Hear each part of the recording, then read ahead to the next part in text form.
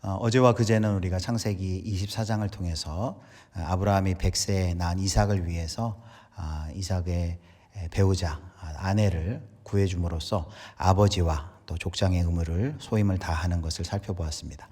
오늘 창세기 25장에는 아브라함의 장례와 죽음에 대해서 나와 있고 또 그 죽음을 준비하는 아브라함의 모습에 대해서 설명하고 있습니다. 특별히 25장 오늘 우리가 읽은 1절에서 18절까지는 세 부분으로 우리가 이렇게 나눠 생각해 볼 수 있는데요. 1절부터 6절까지는 아브라함의 후처 그드라의 자손들에 대한 언급이 있고, 그 다음에 7절부터 11절까지는 이제 아브라함의 죽음과 장례에 대해서 설명을 하고, 그리고 12절부터 이제 마지막 18절까지는 이스마엘의 후손들, 이스마엘의 족보가 나와 있습니다. 먼저 이제 아브라함의 죽음에 대해서 좀 먼저 생각해 보고 싶습니다. 우리 다 같이 한번 7절 한번 볼까요? 25장 7절 말씀 함께 읽겠습니다. 시작. 아브라함의 향년이 175세였더라. 예, 아브라함은 175세 때 죽음을 맞이합니다. 너의 고향과 친척과 아버지의 집을 떠나 내가 내게 지시할 땅으로 가라 라는 하나님의 명령을 75세에 듣고서 갈 바를 알지 못하고 부르신 이만 의지하여서 이제 가나안 땅에 75세 때 출발하죠. 그러면 75세에 출발해서 175살까지 살았으니까 가나안 땅에서는 몇 년을 산 겁니까? 100년을 살게 된 것입니다. 그래서 가나안 땅에서 100년을 살고 175세가 되기까지 장수하고 이제 평안히 거하다가 이제 하나님의 부르심을 받게 됩니다. 아브라함에게 하나님이 주신 약속은 크게 이제 두 가지라고 생각해 볼 수가 있습니다. 하나님께서 그 약속을 아브라함에게도 자세하게 그리고 시간 있을 때마다 수시로 강조했는데요. 창세기 13장 15절 16절을 한번 보겠습니다. 같이 한번 읽습니다. 시작. 보이는 땅을 내가 너와 네 자손에게 주리니 영원히 이르리라. 내가 네 자손이 땅에 티끌 같게 하리니 사람이 땅에 티끌을 등이 셀 수 있을진데 네 자손도 세리라. 하나님께서 아브라함에게 주신 두 가지 약속이 뭐냐면 하나는 땅에 대한 약속이고 하나는 자손에 대한 약속입니다. 그래서 창세기 15장에 가면 13장에서는 땅의 티끌과 같이 했는데 15장에 가서는 무별을 보라. 하늘의 별과 같이 내 자손이 많게 될 것이다 라는 약속을 합니다. 그런데 가나안 땅에서 100년을 살고 175세가 죽을 때까지 사실 이 문자적으로 하나님이 주신 이 약속이 아브라함이 그것을 이렇게 성취하는 것을 문자적으로 보지 못했습니다. 그 가나안 땅을 다 아브라함이 소유하게 된 것도 아니고요. 그리고 무별처럼 땅의 티끌과 같이 많은 후손을 보게 된 것도 아닙니다. 먼저 한번 후손에 대해서 한번 보겠습니다. 후손에 대해서 아브라함이 그 모든 약속을 보지 못하고 잠들었는데요. 특별히 이 후손도 그렇습니다. 아브라함이 아주 우여곡절 끝에 아주 어렵게 많은 또 실수 끝에 이삭을 낳게 되었죠. 그러면 언약의 자손이 이삭을 통해서 또 낳는 야곱과 또 에서를 낳기까지는 또 얼마나 또 어려운 일이 있었는 줄 모릅니다. 오늘 새벽에 좀 산수를 좀 해보고 싶은데요. 아브라함이 이삭을 몇 세 때 낳았죠? 100세 때 낳습니다. 이삭이 몇 세 때 결혼합니까? 이삭이 어제 보면 40세 때 결혼을 해요. 그러면 40세 때 결혼하면 그때 아브라함의 나이는 몇 살입니까? 140살이 되겠죠. 근데 40세에 결혼한 이삭이 몇 살 때 야곱과 에서를 낳는가 하면 성경에 나와 있습니다. 25장 26절. 오늘 25장의 뒤쪽에 가면은 후에 나온 아우는 손으로 에서의 발꿈치를 잡았으므로 그 이름을 야곱이라 하셨으며 리브가가 그들을 낳을 때 이삭이 몇 세였다고 합니까? 60세죠. 그러면 아브라함이 이때 나이가 몇 살이에요? 160살이죠. 아브라함이 살았습니까? 죽었습니까? 아브라함이 몇 살 때 죽었다 그랬죠? 175세에 죽었으니까 이때 야곱과 에서를 낳을 때 이미 살아 있었죠. 그리고 야곱과 에서가 15살 될 때까지 살아 있었다는 거죠. 그러면 어떤 우리가 생각을 해볼 수 있냐면 이 이삭이 결혼하고 20년 동안 에서와 야곱과 에서를 낳기까지 그 어려운 시간 동안을 이 아브라함도 함께 통과했다는 것입니다. 20년 동안 이 이삭과 리브가의 마음이 어떠했을까요? 그들의 마음을 잘 보여주는 것이 25장 21절에 나와 있습니다. 21절 보겠습니다. 25장 21절. 이삭이 그의 아내가 임신하지 못함으로 그를 위하여 여호와께 간구하매 여호와께서 그의 간구를 들으셨으므로 그의 아내 리브가가 임신하였더니 여기 21절만 보면은 그냥 아내가 임신하지 못하니까 기도하니까 금세 임신하고 애를 낳은 것처럼 하지만 이 기도는 몇 년간 계속된 기도입니까? 20년간 계속된 기도예요. 아브라함이 그걸 보면서 곁에서 보면서 어떤 마음이 들었을까요? 아마 아브라함도 안타까워하지만 아브라함에게는 확신이 있었을 것입니다. 왜? 이삭을 낳을 때 본인도 경험했거든요. 하나님의 약속은 반드시 성취될 것이고 그 약속이 이루기까지 기다려야 된다는 것을 알 겁니다. 그래서 이삭에게 그렇게 권면했을 거야. 너 낙심하지 말고 하나님의 약속을 믿고 기다려라 라고 권면했을 것입니다. 그리고 그 20년의 기간은 이 이삭의 마음에 아브라함의 믿음이 계승되는 그 기간이었을 거고 그 하나님의 약속을 의지하는 그 굳건한 마음이 이삭에게 새겨졌던 시간일 것입니다. 아브라함도 마찬가지였고 그리고 이삭도 마찬가지로 긴 기다림 끝에 약속의 후손을 보는 것을 경험했습니다. 기다림이 그들에겐 필요했습니다. 땅 문제도 마찬가지입니다. 하나님이 약속한 게 자손과 땅이라 그랬는데 땅만 봐도 그래요.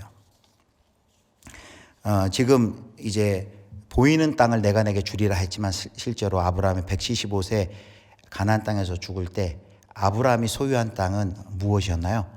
바로 오늘 장례 치르고 이제 자기가 묻힐 그 얼마 안 되는 막벨라 굴 그것밖에 없었습니다.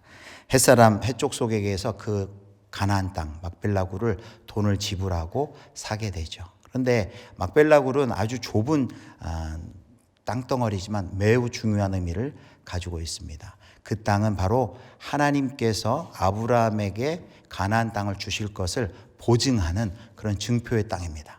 마치 먼 훗날 예레미야가 자기의 나라가 회복될 것을 기대하면서 아나도 땅, 아나도 밭을 사는 것처럼 이 땅을 산다는 것은 그 가나안의 아주 좁디 좁은 그 땅을 산다는 것은 그리고 거기에 자신이 묻힌다는 것은 아브라함은 죽으면서 지금 비록 눈으로 가나안 땅 그 전부가 내가 내게 줄 것이다라는 그 하나님의 약속이 눈으로 보지는 못하지만 약속을 붙들고 그가 잠드는 것이죠. 어떤 약속이요? 하나님이 반드시 가나안 땅을 약속대로 우리에게 우리 후손들에게 주실 것이다라는 것입니다. 아브라함의 인생을 한마디로 이렇게 얘기할 수 있습니다. 약속을 따라 살고 약속을 소망하며 죽었다라고 말씀할 수 있습니다. 약속을 따라 살고 약속의 소망을 붙들고 죽었다.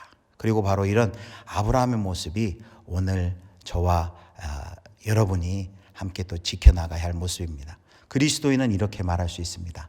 약속을 따라가는 사람들이다. 약속을 따라가는 사람들이다. 세상 사람들은 뭘 따라갑니까? 가능성을 물어봅니다. 이 일 가능하겠어? 대세를 따라갑니다.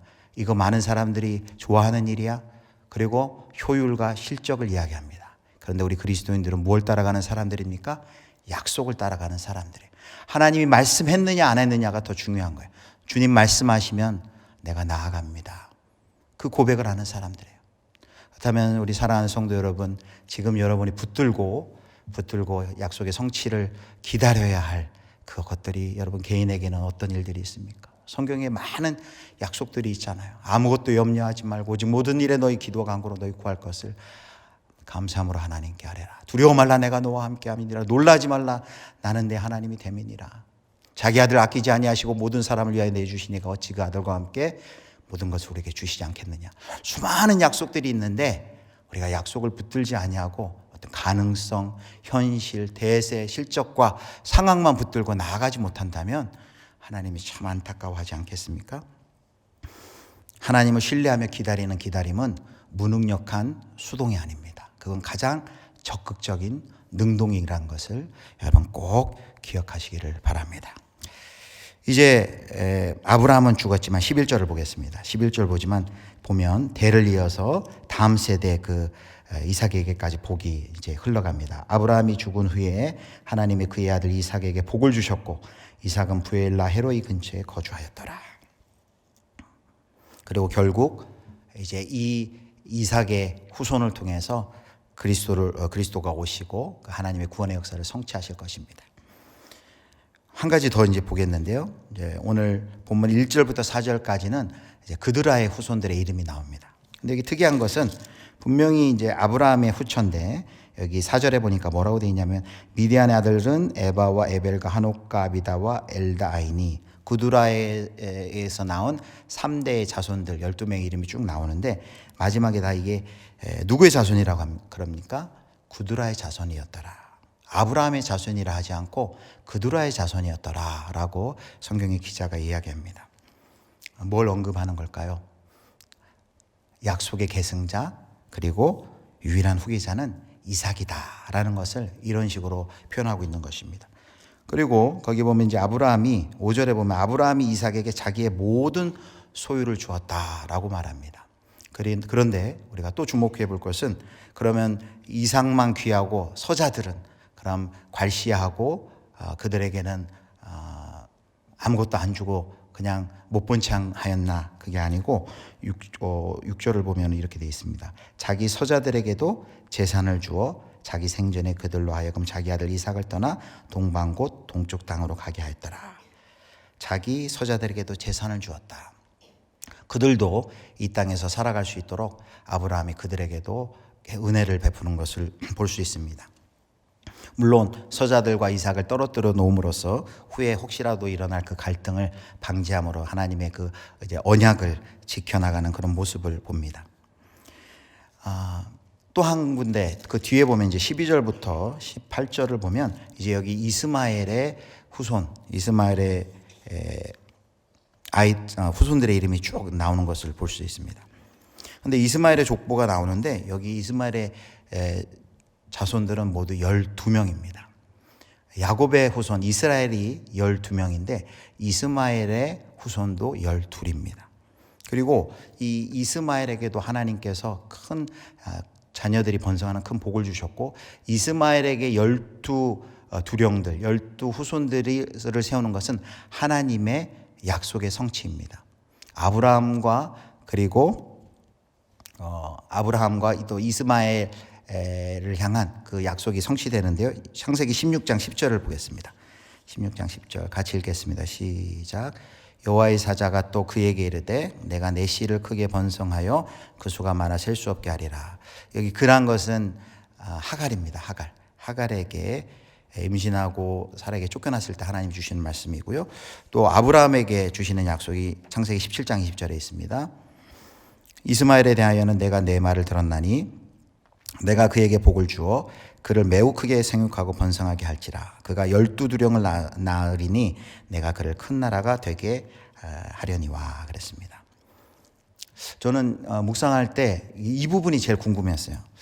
하나님의 약속의 계보는 이삭이고 언약의 자녀는 이삭인데 이삭에게만 잘해주면 될 텐데 왜 이렇게 이스마엘에게도 잘해주고 그들의 후손들에게도 재산을 챙겨주는 것일까? 그게 굉장히 궁금했고 그것이 저의 묵상거리였습니다. 특별히 이스마엘 하면 우리에게 어떤 선입견이 있습니까? 요즘식으로 얘기하면 중동의 이슬람 믿는 사람들의 선조, 늘 이스라엘을 괴롭혔던 사람들 이런 선입견이 있어서 이 사람들은 그렇게 잘해줄 필요가 없을 텐데 하는 그런 생각을 하고 있는데 언약에 신실하신 하나님이 이삭에게만 신실한 게 아니라 이스마엘에게도 하나님의 약속을 언약의 신실함을 이렇게 이루어 주시는 것을 이렇게 보게 됩니다. 이 장면은 도대체 우리에게 어떤 교훈을 주시는 것일까요? 하나님은 분명히 선택받은 자들을 통해서 하나님의 구원을 분명히 이루어 나가십니다. 그렇다고 해서 그 선택에서 제외된 사람들에게 하나님은 그들을 모른 척하고 그들에게 은혜를 베풀어 주시지 않느냐? 그게 아닙니다. 그들에게도 역시 그들의 삶에 하나님이 개입하시고 그들의 삶에도 하나님의 은총과 복을 내려주십니다. 왜요? 하나님은 온 천지와 만물을 다스리시는 온 땅의 주인이시고 만물의 주인이시기 때문입니다. 그래서 선택받은 이들이 중요한 이유는 이것입니다. 그 선택받은 이들이 선택받은 사람들 그들만 잘 먹고 잘 사는 것이 아니라 하나님께서는 그 선택받은 자들을 통해서 온 열방이 주께로 돌아오도록 그들을 하나님께서 사용하시는 그들이 바로 도구가 되기 때문입니다. 선택받은 이들은 하나님의 마음과 가슴으로 온 열방을 품고 그들을 주께로 돌이키도록 충성하고 또 순종해야 할 너무나도 막중한 책무가 그들에게 있는 것입니다. 그래서 중요한 것이죠. 그런데 역사 가운데 어떤 일이 일어났습니까? 선택받았다는 그 하나만 믿고 잘못된 선민의식에 빠져서 마땅히 흘려보내야 할 하나님의 사랑과 생명과 은총은 흘려보내지 못한 채 배제하고 혐오하고 차별하고 폭력을 가하는 이런 일들이 기독교 역사상 가운데도 많이 일어났습니다. 그리고 하나님께서는 예수 그리스도를 보내셔서 잘못된 선민의식에 빠져있던 그들을 심판하시고 예수 그리스도를 통해서 열방이 주께로 돌아오도록 하신 것이죠. 그래서 성경의 마지막의 비전은 늘 이렇게 끝이 납니다. 이사야 60장 1절에서 3절 보겠습니다. 같이 읽겠습니다. 시작. 일어나라 빛을 발하라. 이는 내 빛이 이르렀고 여호와의 영광이 내 위에 임하였음이니라. 보라 어둠이 땅을 덮을 것이며 캄캄함이 만민을 가리려니와 오직 여호와께서 내 위에 임하실 것이며 그의 영광이 내 위에 나타나리니 나라들은 내 빛으로 왕들은 비치는 내 광명으로 나아오리라. 온 세계 열방이 주님께로 돌아올 것이다 라는 것이 성경의 비전입니다. 요한계시록 7장 9절에 보면 이후에 내가 보니 각 나라와 족속과 백성과 방언에서 아무도 능히 셀 수 없는 큰 무리가 나와 흰 옷을 입고 손에 종려가지를 들고 보좌 앞과 어린 양 앞에 서서 큰 소리로 외쳐 가로되 구원하심이 보좌에 있으신 우리 하나님과 어린 양께 있도다 라고 열방이 주께 나와 예배하는 그 장면으로 요한계시록이 마감이 됩니다. 말씀을 맺도록 하겠습니다. 오늘 말씀에 두 가지를 살펴봤죠. 우리 그리스도인들은 약속을 따라 사는 사람들입니다. 가능성, 대세, 효율, 실적을 따르는 사람들이 아니라 하나님의 약속을 붙들고 사는 사람들입니다. 그렇다면 우리가 지금 살아가면서 마지막 궁극적으로 붙들어야 할 하나님의 약속은 무엇일까요? 그것은 요한계시록에도 나와 있듯이 요한계시록 21장 5절에 보라 내가 만물을 새롭게 하리라 그랬습니다. 마치 우리는 아브라함처럼 아브라함이 그 가나안 땅을 소망하면서 잠들었던 것처럼 우리도 새 가나안, 새 하늘과 새 땅을 바라보면서 우리는 살아가야 할 자들입니다. 우리 주 예수 그리스도 다시 오실 때에 새 하늘과 새 땅, 영적인 그 완성을 하나님께서 약속하셨고 우리가 비록 이 땅에 죽음과 사망이 가득한 이 땅에 살고 있지만 그 약속을 바라보며 그 약속의 성취를 믿고 기다리면서 살아가는 사람들이 바로 우리들입니다. 신종 코로나 바이러스 때문에 또 더 지금 온 세상이 더 불안하고 두려움 가운데 있지만 그 땅 가운데서 하나님이 우리를 선택하여 불렀습니다. 왜 불렀습니까? 우리만 그냥 복받고 잘 살라고? 아니죠. 우리를 통해서 열방을 주께로 돌아오게 하시려는 그 하나님의 구원의 통로로 수단으로 우리를 불러주셨습니다. 그러므로 저와 여러분이 이 땅 가운데서 하나님의 그 축복의 통로가 되어서 하나님의 약속을 기다리는 사람으로 살아가실 수 있기를 주님의 이름으로 축원합니다. 기도하겠습니다. 오늘 말씀을 붙들고 하나님 약속을 기다리는 사람으로 살아가게 해주십시오. 기도하겠습니다. 그리고 하나님의 놀라운 신실하심은 오늘 열방을 향해 있습니다. 하나님 열방이 주께로 돌아오게 하여 주시고 그들을 향해서 배제와 또 혐오와 폭력과 차별이 아니라 그들을 주의 사랑으로 품을 수 있는 넓은 가슴을 우리에게 허락하여 주어서 각 나라와 족속과 백성과 방언에서 주님께 나와 예배하는 그 하나님의 그 비전을 저희도 함께 보게 하여 주옵소서. 그리고 각자 가지고 나오신 기도 제목을 가지고 같이 통성으로 기도하시고 개인 기도하시는 돌아가겠습니다. 걸어가신 하나님 아버지 주님의 은혜와 사랑을 감사합니다. 하나님 아버지